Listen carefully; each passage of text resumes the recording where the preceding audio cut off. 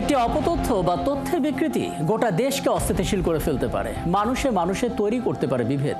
সেই বিভেদ তো কখনোই কাম্য নয়। তাই প্রতিটি অপতথ্যের বিপরীতে সঠিক তথ্য নিয়ে হাজির হতে হয়। আর সেই কাজটি করতে এসেছি। আপনাদের সঙ্গে আছে আমি রাকিব হাসান। আমন্ত্রণ জানাচ্ছি রিউমার চেক নিয়ে একাত্তরের নিয়মিত আয়োজন ফেক নিউজ স্ক্যানারে। গুজব যেন থামছেই না। এই যেমন বাংলাদেশে নাকি নতুন করে বাড়ছে করোনা, 24 ঘন্টায় আক্রান্ত হয়েছেন 16 জন, 5 জনের মৃত্যু হয়েছে, এমন একটি পোস্ট গতকাল বিকেল থেকে ছড়িয়ে পড়েছে। তবে শেষ অবধি জানা গেল এটা স্রেফ অপতথ্য। করোনায় 16 জনের নমুনা সংগ্রহ করা হয়েছে এবং সেখান থেকে একজন শনাক্ত হয়েছেন। কোনো মৃত্যুর ঘটনা নেই। ওদিকে বেশ কয়েকটি ফেসবুক পেজ থেকে দাবি করা হয়েছে মিয়ানমার সীমান্তবর্তী নাফ নদীতে অভিযানে গিয়ে বিজিবির 33 জন সদস্য নিখোঁজ হয়েছেন। এরপর জানা গেল এটাও গুজব। দর্শক, সংবেদনশীল এমন 5টি অপতথ্যের ফ্যাক্ট চেক আমার হাতে। চলুন শুরুতে সেটা দেখে নিই, তারপর আলাপে যাব। গেল 22 মার্চ থেকে ফেসবুক জুড়ে ছড়িয়ে পড়ে করোনা আতঙ্ক। বিভিন্ন পেজ থেকে দাবি করা হয় বাংলাদেশে নাকি করোনায় 24 ঘন্টায় 16 জন আক্রান্ত হয়েছেন, মৃত 5 জন। তবে ফ্যাক্ট চেকিং প্রতিষ্ঠান রিউমার স্ক্যানার জানায় তথ্যটি মিথ্যা। 16 জনের কেবল নমুনা সংগ্রহ করা হয়েছে। এর মধ্যে শনাক্ত হন একজন। আক্রান্ত হয়ে কারো মৃত্যু হয়নি। ওদিকে উপদেষ্টা আসিফ মাহমুদ নাকি বলেছেন নতুন বাংলাদেশ পাকিস্তানি ভাবধারায় প্রতিষ্ঠিত হবে, কেউ ঠেকাতে পারবে না। এমন একটি শিরোনামে জনকণ্ঠের ডিজাইন সম্বলিত একটি ফটোকার্ড সামাজিক যোগাযোগ মাধ্যমে প্রচার হতে দেখেছেন অনেকেই। তবে ফ্যাক্ট চেক করে জানা যায় এমন কোনো মন্তব্য উপদেষ্টা আসিফ মাহমুদ করেনি এবং জনকণ্ঠ কোনো ফটোকার্ড বা সংবাদ প্রকাশ করেনি। ডিজিটাল প্রযুক্তির সহায়তায় জনকণ্ঠের একটি ফটোকার্ডের শিরোনাম বিকৃত করে এটি তৈরি করা হয়েছে। প্রায় একই সময়ে আরেকটি ভয়ানক গুজব ছড়িয়ে পড়ে সামাজিক যোগাযোগ মাধ্যমে। দাবি করা হয় মিয়ানমার সীমান্তবর্তী নাফ নদীতে অভিযানে গিয়ে বিজিবির 33 জন সদস্য নিখোঁজ হয়েছেন। তবে ফ্যাক্ট চেক করে জানা গেল বিষয়টি সত্য নয়। মূলত অনুপ্রবেশের সময় রোহিঙ্গা বোঝাই একটি নৌকা সাগরে ডুবে গেলে তাদের উদ্ধারের সময় বিজিবির এক সিপাহী নিখোঁজ হন। একজনের নিখোঁজ হওয়ার ঘটনাকে 33 জন দাবি করে অপতথ্য ছড়ানো হচ্ছে। ওদিকে অপপ্রচারের আরেক নজির দেখা গেল। ফেসবুকে ছড়িয়ে পড়া একটি ভিডিওতে দেখা যায় 4 তরুণীর লাশ ট্রাকে তোলা হচ্ছে। দাবি করা হচ্ছে এটা বাংলাদেশের বর্তমান অবস্থা। কিন্তু ফ্যাক্ট চেক করে জানা গেল এটা বাংলাদেশের কোনো ঘটনা নয়, ভারতের ঘটনা, তাও প্রায় 10 দিন আগের ভিডিও। এখানেই শেষ না। সম্প্রতি বাংলাদেশি পুরাতন আর নতুন পাসপোর্টের 2টি ছবিযুক্ত পোস্ট ফেসবুকে ছড়িয়ে পড়েছে। সেখানে দাবি করা হয়েছে বাংলাদেশের পুরাতন পাসপোর্টে লেখা ছিল সব দেশ ভ্রমণ করা যাবে ইসরায়েল বাদে। অথচ ডক্টর ইউনূস ইসরায়েলকে সমর্থন করার কারণে সেখান থেকে ইসরায়েল বাদে শব্দটি বাদ দেওয়া হয়েছে। এর মাধ্যমে ইঙ্গিত দেওয়া হয়েছে যে এই পাসপোর্ট ব্যবহার করে বাংলাদেশিরা এখন ইসরায়েলও যেতে পারবে। কিন্তু ফ্যাক্ট ওয়াচের অনুসন্ধানে জানা গেল বিষয়টি মিথ্যা। কারণ পাসপোর্টের এই পরিবর্তনটি 2021 সালে শেখ হাসিনার আমলে করা হয়েছিল এবং এখনও দেশটির সাথে সম্পর্কের ক্ষেত্রে বাংলাদেশের পররাষ্ট্র নীতির কোনো পরিবর্তন হয়নি।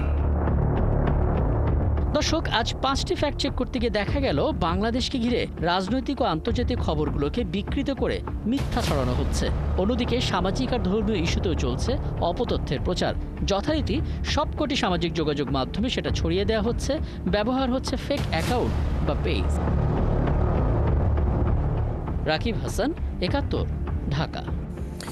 দর্শক, এমন প্রচুর পোস্ট আমাদের চোখে পড়েছিল এবং সেগুলোর যে ফ্যাক্ট চেক হয়েছিল সেই ফ্যাক্ট চেকগুলোর মধ্যে থেকে আমরা বাছাই করে কয়েকটি পয়েন্ট তুলে ধরার চেষ্টা করলাম এবং এই জায়গা থেকে আমরা আলাপে যেতে চাই। আমাদের সঙ্গে এই মুহূর্তে আছেন সিলেট শাহজালাল বিজ্ঞান প্রযুক্তি বিশ্ববিদ্যালয়ের সমাজবিজ্ঞান বিভাগের চেয়ারম্যান অধ্যাপক ডক্টর আল আমিন।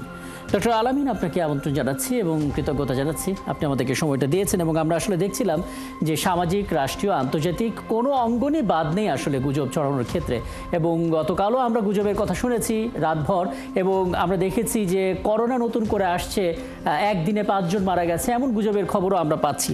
সব কিছু মিলে আসলে আপনি কি শঙ্কা দেখছেন? আপনার পর্যবেক্ষণটা শুরুতে জানতে চাই। আপনাকে ধন্যবাদ। আমরা আসলে এই খবরগুলো আমরা নিজেরা উদ্বিগ্ন। এর কারণ হলো যে বাংলাদেশ রাষ্ট্র তো আমরা একটা ডেমোক্রেটিক গভর্নমেন্ট এখানে নেই। যে এইটা না থাকার কারণে দেখা যাচ্ছে যে আমাদের এমনিতে এক ধরনের আনস্টেবল কন্ডিশন আমরা মনে করতেছি সাধারণ মানুষ। তো এই ক্ষেত্রে যখন বিভিন্ন রকম ফেক নিউজে ভরে যাচ্ছে তখন জনমনে এক ধরনের শঙ্কা তৈরি তো হতেই পারে। তো এটা মনে করি এটা আমাদের একটা সামাজিক যে বিভাজন তৈরি করার একটা প্রক্রিয়া। এটার পিছনে অনেক ধরনের রাজনৈতিক কারণ আছে তারপরে কেউ কেউ আছে আউট অফ কিউরিসিটি করে। এবং প্রাইমারিলি আমাদের যে বর্তমান বাংলাদেশের পরিস্থিতি, এখানে আমি সর্বাগ্রে আমি বলবো যে এটা রাজনৈতিক কারণেই করা হয়। কারণ এই ফেক নিউজের মাধ্যমে যে সামাজিক যে সম্পর্ক, ঐক্য, এটা কিন্তু বিনষ্ট করা যায়। জনমনে এক ধরনের সংকট, এক উদ্বিগ্নতা তৈরি করা যায়, অর্থাৎ মানসিক চাপ তৈরি করা যায়। রাষ্ট্রটাকে একটা ঝুঁকির মধ্যে ফেলার মতো পরিস্থিতি তৈরি করা যায় ফেক নিউজটা। উন্নয়নশীল দেশের বড় সমস্যা হলো এখানে কিন্তু এক সময় ছিল যে নিউজটা বাই ওয়ার্ড অফ মাউথ, মুখে মুখে ছড়িয়ে যেত এক ধরনের রিউমারের মাধ্যমে। যখন ডিজিটাল প্ল্যাটফর্ম তৈরি হয়ে গেছে, তখন এটা এখন ডিজিটাল প্ল্যাটফর্ম ব্যবহার করে বিভিন্ন সোর্স থেকে এই নিউজগুলোকে ছড়ানো হয়। এটা কিন্তু আমাদের সামাজিক যেমন ঐক্য নষ্ট করতে পারে, রাজনৈতিক সংঘর্ষ পর্যন্ত জড়াতে পারে, এবং দেখা যায় যে এমনিতে জনাব আলামিন, আপনার আসলে কি মনে হচ্ছে, শুধু কি রাজনৈতিক ক্রন্দন তৈরি করার জন্য এক ধরনের অভিপ্রায় নিয়ে কেউ বা কারা এই কাজটা করতে পারে, নাকি এর পেছনে ভিউ বাণিজ্যও আছে, নাকি অন্য কোনো মোটিভ এখানে কাজ করছে? হ্যাঁ, এটা আমি আপনাকে বলেছি, এটার পিছনে একটা অর্থনৈতিক কারণ আছে। অনেকে করে কি, কন্টেন্ট তৈরি করে তার ভিউজ, লাইক, শেয়ার বাড়িয়ে সে তার ইনকাম বাড়ায়। এটা একটা কারণ হতে পারে। তো এটা একটা অনৈতিক প্র্যাকটিস। এই জন্য সোশ্যাল প্র্যাকটিস যেটা, যে ডিজিটাল যে প্ল্যাটফর্ম আছে, এদের কতগুলো আমরা যেটা বলি আর কি নেটিকেট, এই নেটিকেটটা মেনটেন করা উচিত।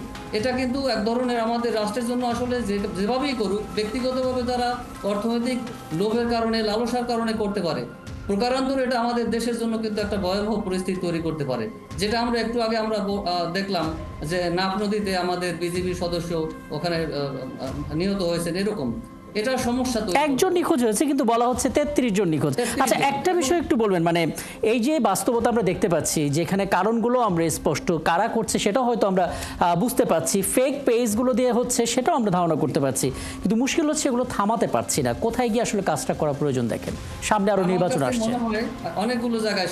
সর্বপ্রথম আমাদের যেটা আইনি ব্যবস্থা, এটা সবচেয়ে গুরুত্বপূর্ণ। আইনি ব্যবস্থা যেমন আমাদের সাইবার অপরাধ আইন, এটাকে খুব অ্যাক্টিভ করতে হবে। প্লাস ডিজিটাল সিকিউরিটি অ্যাক্ট যেটা আছে, এটা মনে হয় 2018 সালে একটা অ্যাক্ট আছে, এটাকে সঠিক প্রয়োগ করতে হবে। আইন থাকলে হবে না, আইনের সঠিক প্রয়োগ থাকতে হবে।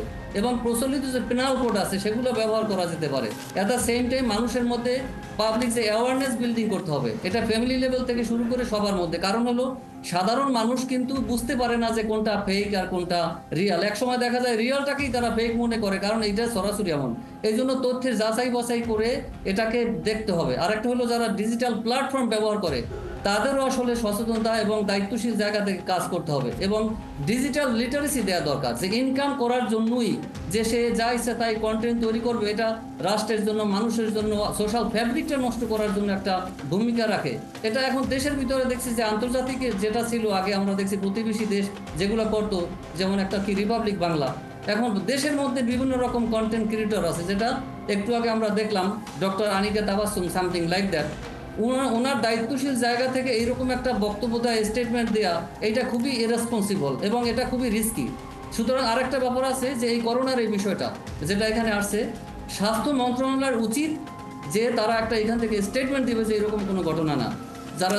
হ্যাঁ, এটা আমরা যোগাযোগ করে সেই তথ্যগুলো জানতে পারবো। সেক্ষেত্রে আপনি ডিজিটাল লিটারেসির কথা বলছিলেন, এবং ধন্যবাদ যে আমি এই পয়েন্টটাতে আসলাম। ছোট করে আপনি আমাদেরকে বলবেন, ডিজিটাল লিটারেসি বলতে আমরা সাধারণত শহরকেন্দ্রিক মানুষের ক্ষেত্রে প্রয়োগ করার এক ধরনের ব্যতিব্যস্ততা দেখি, কিন্তু যারা আসলে প্রান্তিক অঞ্চলে আছে তাদের কাছে কিভাবে পৌঁছানো যায়, দায়িত্বটা কাকে নিতে হবে এবং কিভাবে? এটা আসলে ট্রেনিং করা যেতে পারে, যে ডিজিটাল যে সাইবার ট্রেনিং, যে তারা কন্টেন্ট ক্রিয়েট যারা করবে তারা ওয়েব পেজটা খুলবে, এরা ফর্মালি তারা করবে, কোনো ইনফর্মাল সোর্স থাকা যাবে না।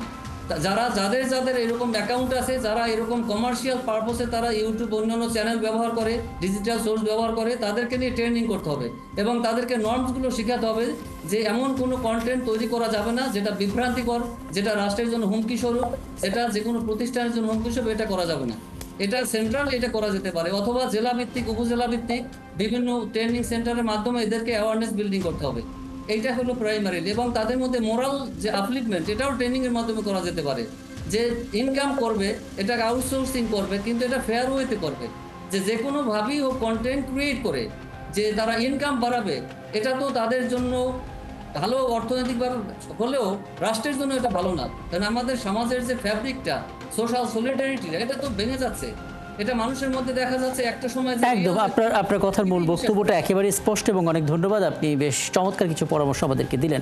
ছিলেন আমাদের সঙ্গে সিলেট শাহজালাল বিজ্ঞান ও প্রযুক্তি বিশ্ববিদ্যালয়ের সমাজবিজ্ঞান বিভাগের চেয়ারম্যান অধ্যাপক ডক্টর আল আমিন, এবং আমরা আসলে যে 5টি ফ্যাক্ট চেক তুলে ধরলাম সেই ফ্যাক্ট চেকগুলো নিয়ে আসলে বিস্তারিত আলাপ করছিলাম। এবং দর্শক, আপনারা আছেন এই ফ্যাক্ট চেক নিয়ে 71 নিয়মিত আয়োজন ফেক নিউজ স্ক্যানারে রবি থেকে বৃহস্পতি সপ্তাহে 5 দিন আমরা রিউমার দূর করতে হাজির হব, ঠিক একইভাবে একই সময়। এবং আপনারাও যুক্ত হতে পারেন। যে কোনো খবর যদি আপনাকে সংশয়ে ফেলে সেটি একটি স্ক্রিনশট আমাদেরকে মেইল করতে পারেন, এবং মেল আইডি দেখতে পাচ্ছেন fns.71tvgmail.com এই ঠিকানা, অথবা ফেসবুকে যোগাযোগ করতে পারেন www.facebook/fakenewsscanner এই ঠিকানা। আমরা সেই সমস্ত তথ্যের ফ্যাক্ট চেক করে আপনাদেরকে জানাবো। মনে রাখবেন দর্শক, চটকদার শিরোনাম দেখলেই ক্লিক করবেন না। বিশ্বাস আর প্রতিক্রিয়া জানানোর আগে অবশ্যই ফ্যাক্ট চেক করুন। থাকুন 71-এর সাথে।